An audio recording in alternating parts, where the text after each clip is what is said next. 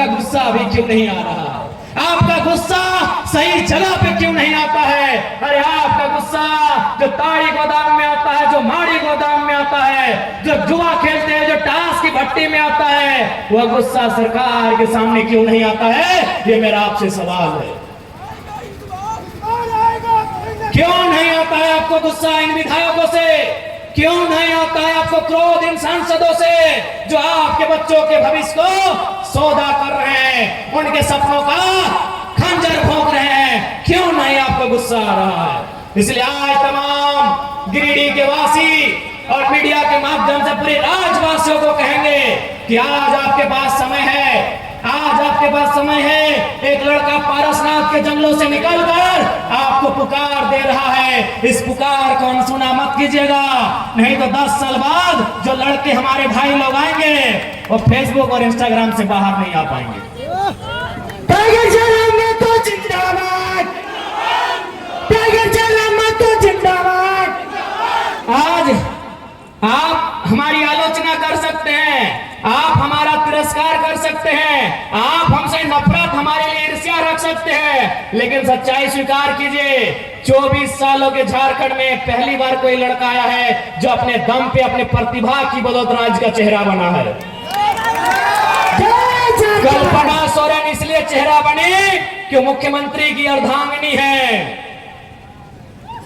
24 साल के इतिहास में हमको एक रिपोर्ट कार्ड दीजिए कि कोई एक साधारण सा लड़का 2 साल पहले उसे गांव के लोग ठीक से नहीं जानते थे, आज वो राज में चर्चा का विषय है। मैं 24 साल के इतिहास को आपको पढ़ने कह रहा हूं। एक बार एक इतिहास हमको बताइए।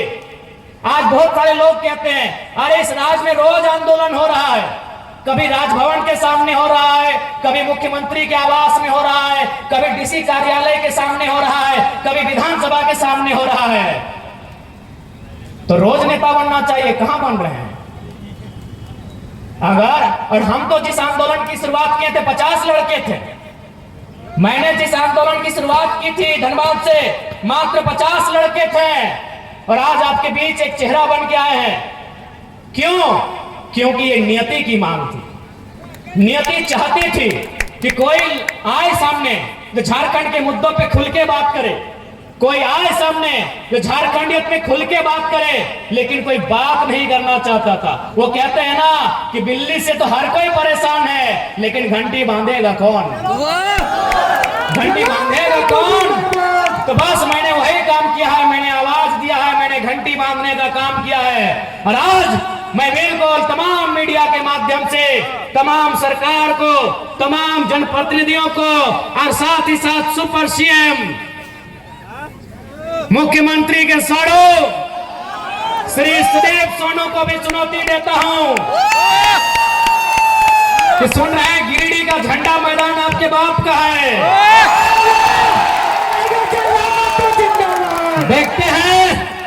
देखते हैं सोनू जी वो भी झंडा मैदान कब तक आपके बाप का रहता है। बड़ा दुर्भाग्य, एक लोकतांत्रिक देश में हम लोग 2 साल से झंडा मैदान में सभा करने की बात कर रहे हैं। पता नहीं जिला प्रशासन भी मौन क्यों हो जाती है, जिला प्रशासन भी अंतिम समय निर्णय क्यों बदल देती है।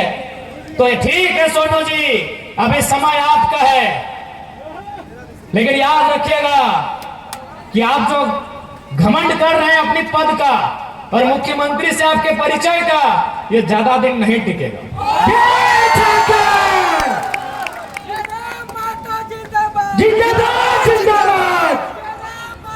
और याद रखिएगा इस बार गिरिडीह की जनता आपसे हिसाब लेगी। गिरिडीह की जनता आपसे इस बात का हिसाब लेगी कि आपने जितना जीएम लैंड में कब्जा किया है, आपने जितना कंपनी और फैक्ट्री से दलाली लेने का काम किया है, उसका पाए पाए हिसाब गिरिडीह की जनता लेगी। माननीय सुदीप कुमार सोनू जी, इस बात को याद रखिएगा। आज केवल गिरिडीह की बात करें तो आज आपके आसपास इसी क्षेत्र में हजारों छोटी बड़ी कंपनियां हैं कि नहीं? आज इसी गिरिडीह में हजारों कंपनियां हैं, रंजीत है कि नहीं? हाँ मनोज दा, इसी गिरिडीह में हजारों कंपनियां हैं। आज आप देख सकते हैं हर एक कंपनियों से धुआं निकलता है, लेकिन विधायक मौन है। अब सवाल ये उठता है कि विधायक मौन क्यों है? क्योंकि मैं आपको एक अनुभव बताना चाहता हूं। एक कंपनी के किनारे मेरा कार्यक्रम था। जब तक मेरा कार्यक्रम था, कंपनी ने धुआं को बंद करके रखा था। यानी केवल मेरे कार्यक्रम से अगर धुआं बंद हो सकता है तो विधायक चाहेंगे तो क्या क्या बंद हो सकता है, आप सोच के देखिए। एक कार्यक्रम में, जब तक मेरा कार्यक्रम था, मेरे कार्यक्रम से लगभग 300-400 मीटर की दूरी में एक फैक्ट्री था। उस फैक्ट्री में धुआं उड़ता है, लेकिन जब तक कार्यक्रम था वो धुआं बंद था। क्यों बंद था? न कंपनी के ओनर ने कहा था कि जब तक टाइगर जयराम महतो मीटिंग करके चले ना जाए, धुआं मत खोलना। आप समझ सकते हैं, एक लड़का जो न विधायक है न सांसद है, अगर उससे इतना खौफ बन सकता है तो जो लोग संवैधानिक पदों में हैं उनसे कितना खौफ बनेगा, आप अंदाजा लगा लीजिए। अब सवाल है, क्यों नहीं चाहते हैं? ये क्यों नहीं चाहते हैं? नहीं, ये इसलिए नहीं चाहते हैं क्योंकि इन्हें वो कंपनियां चंदा देती है। ऐसा नहीं है कि जयराम महतो को उन्होंने चंदा का प्रलोभन नहीं दिया। कभी उन्होंने स्कॉर्पियो तो कभी फॉर्च्यूनर जैसी गाड़ियों का ऑफर रखा है, लेकिन हमने एक ही लाइन कहा है कि मैं उस मिट्टी से आता हूं जिस मिट्टी में शहीद निर्मल महतो ने बलिदान देकर झारखंड राज लिया था।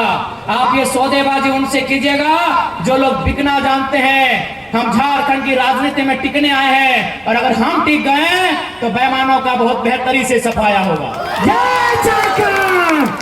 बिल्कुल बहुत बेहतरी से सफाया होगा। और मैं आपको कहना चाहूंगा, बहुत सारे लोग आपको कहेंगे कि ये लड़का नौजवान है, कभी कभी एग्रेसिव भाषण देता है, आक्रामक बातें करता है, मारने पीटने की बातें करता है। देखिए भैया, ये मेरा व्यवहार में है तो है।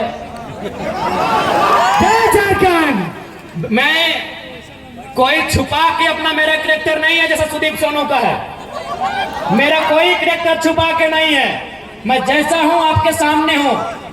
मुझे टी शर्ट पहन के मंच में आना पसंद है, मैं आता हूं। मुझे खाली पांव पसंद है, मैं खाली पांव आया हूं। मैं कोई दिखावटी नहीं हूं, मैं जो हूं। लेकिन हाँ, इतना कह देंगे, मैंने 2 साल झारखंड को देखा, बहुत करीब से देखा। लगभग नहीं करने तो 20 करोड़ मुआवजा हम लोग लड़के दिलाए। 20 करोड़ रुपया हम लोग मजदूरों को लड़के दिलाए।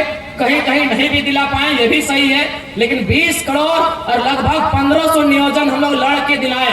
उस लड़ने के क्रम में झारखंड को मैंने बड़े करीब से देखा कि झारखंड में नियम से बात करने से ये राज नहीं चलेगा। इस देश में गांधी का भी आदर है, इस देश में भगत सिंह का भी आदर है, और मुझे लगता है झारखंड में भगत सिंह का चरित्र होना चाहिए। मैं आपको एक ताजा घटना बता रहा हूं। आपने मेरा वीडियो देखा होगा बागमारा में। शायद पहली दृष्टि में आपको भी बुरा लगा होगा कि लड़का क्या बोल रहा है, बदला लेंगे, खून बहेगा, लहू बहेगा। आपके परिवार को हम देख लिए हैं, आपको भी लगेगा चूंकि वो 30-40 सेकंड का वीडियो है, लेकिन असली सच्चाई क्या है अगर आप सुनिएगा तो आपके पांव के नीचे से जमीन खिसक जाएगा। दरअसल बागमारा के उस